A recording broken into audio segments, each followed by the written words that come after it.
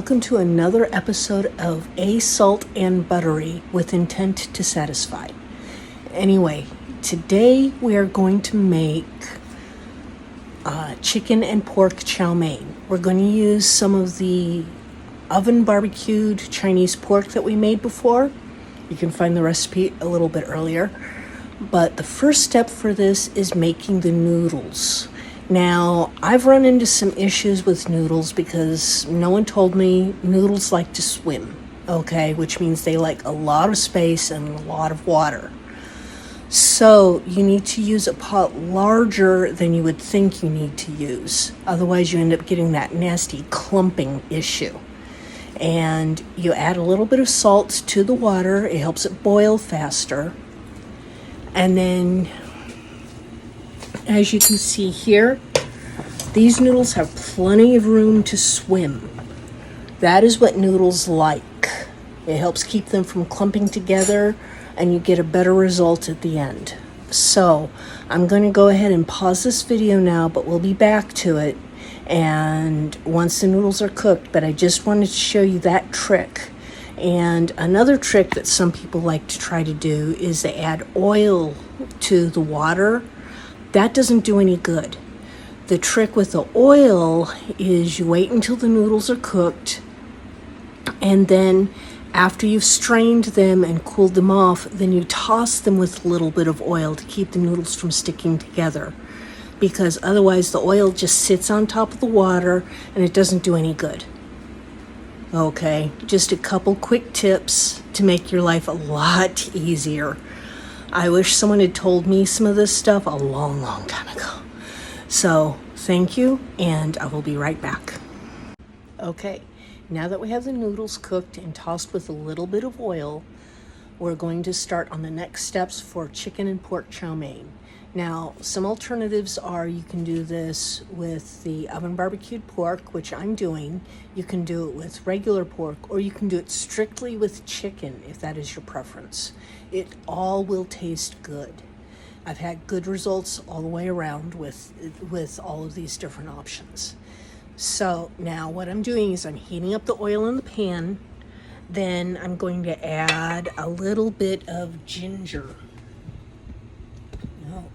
Now, one trick that I like to do, it makes life a lot easier, is instead of having to grate the ginger myself or chop it up or whatever, and this requires grated ginger, I'm going to take some already grated ginger and put it in the pan.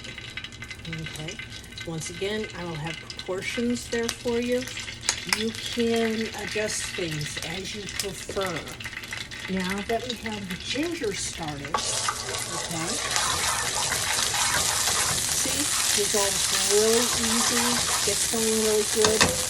Now what I'm going to do is, at this point, I'm going to go ahead and add some bias-sliced green onions. Now, bias-sliced, you don't really have to. It's just a fancy way of saying cut on the diagonal, okay? As you can see, this is a diagonal cut, not a straight cut. Okay, you don't actually have to do that. It's a little bit fancier. It does not change the flavor at all. I recommend not making them any longer than 1 inch in length. Otherwise, it starts getting a little bit harder to handle.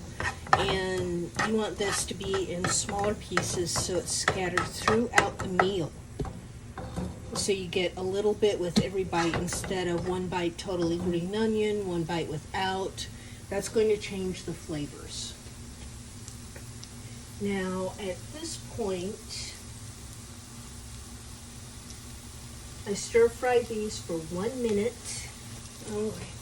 And then after this is stir fried for 1 minute, see they get all nice, bright and green. Okay, we don't want them wilty. We do actually want still some texture to it. Now what I'm going to do is, one alternative that you can do is you can use carrots. You can use carrots, you can use mushrooms, you can use bell pepper. Okay, at this point I'm adding my carrots and my chopped up Chinese cabbage. Now, you can use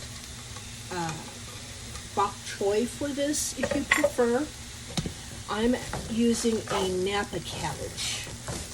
I like that because you don't end up with as many large crunchy bits as you would with a Bok Choy.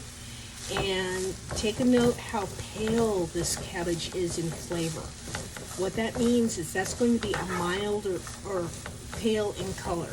That means it's going to be a milder flavor unless you want the stronger flavor. If you want the stronger flavor, then go for the darker. Now, as I'm cooking this, we're not going to have the carrots cooked all the way. They're still going to be crunchy. Like with the green onions, the whole goal for this is to bring out an enhanced flavor, not turn it into mush.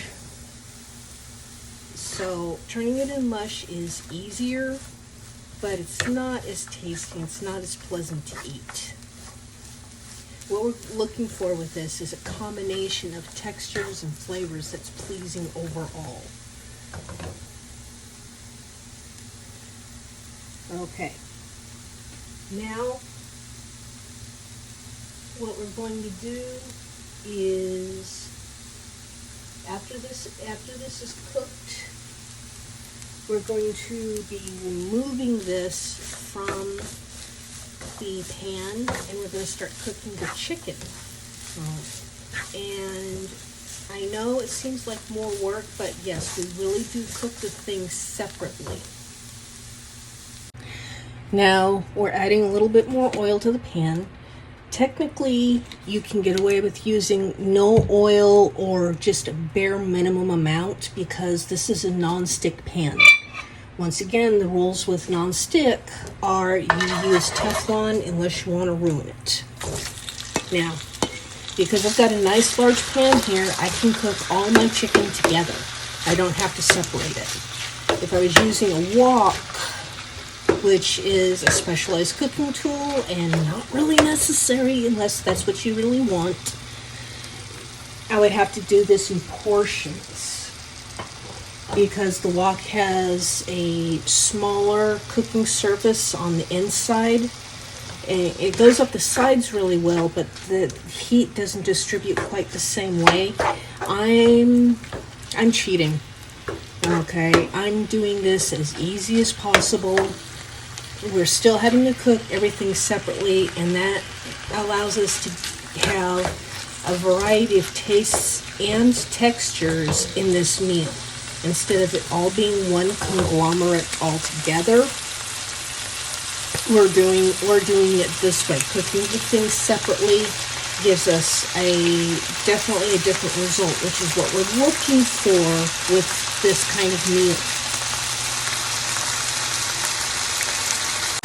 Now that we have the chicken cooked, we remove this from the pan, and at this point, if we were cooking from some raw pork, we would be cooking the raw pork next. Since I'm using the Chinese barbecued pork, that's what I'm going to do. And we don't have to cook it for nearly as long because then it can end up making it tougher.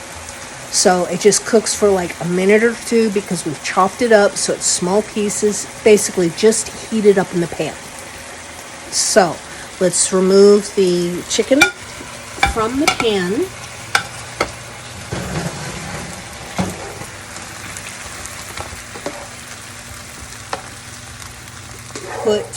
And then we'll be putting the pork in.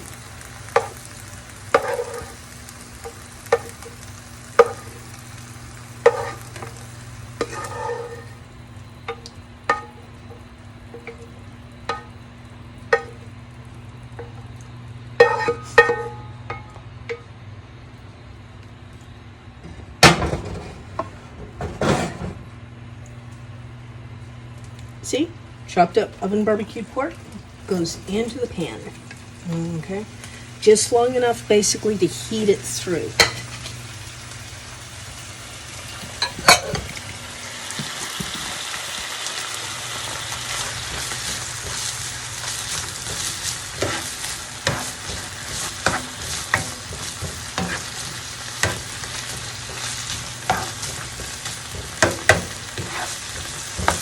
Now, while the chicken was cooking and this is heating up, I've taken and blended together some chicken broth, cornstarch, and soy sauce. I like to have a little bit more sauce than is actually called for in the recipe in these meals. I just like a little bit more. So I do a double batch, which I'm going to have the proportions for of the sauce, and then it gives me a little bit more and makes me happier. And like I've said before, one advantage of using cornstarch instead of flour, well, two advantages. One, it doesn't get lumpy nearly as easy as flour does. That's one of the most frustrating things about trying to make a gravy with flour, is it just gets lumpy so easy. And then when you reheat it, it doesn't really liquefy right. So now this pork is heated up. I'm going to add the chicken back in.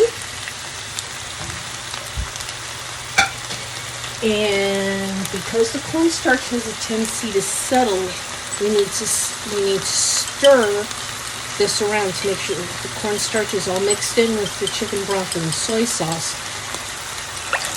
And then that goes in.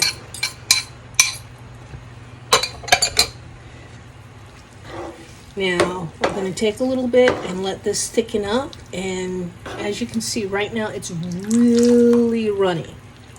But we need it to thicken up just a little bit. We don't want it too much because we don't want it clumpy. But we do need it a little bit thicker than this. But we are almost done with dinner. Now, one thing that I like to have as an option for serving a meal like this is I like to have some peanuts on the side. Because then if someone wants the peanuts in it, they can add it in. And it adds a little bit more crunch too, which some people really, really like. Other people don't like that, so hey, you don't have to have the peanuts unless you want them. Okay, now as we can see, this is starting to thicken up just a little bit. It might not look like it that much, but it is. It's getting bubbly, it's getting nice and hot. Now we're going to stir the vegetables back into it.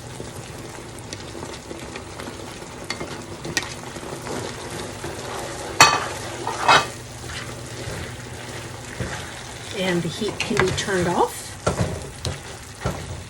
And now we have a chicken and pork chow mein done with some more of the Chinese barbecue pork that we made before.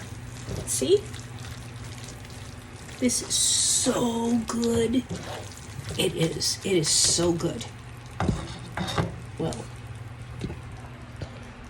Now, I serve this with the noodles that we cooked earlier, which is part of what makes it a chow mein.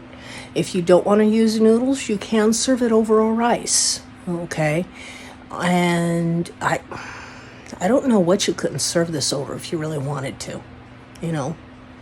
Biscuits, pasta, well, we're already doing the noodles. We've already talked about the rice.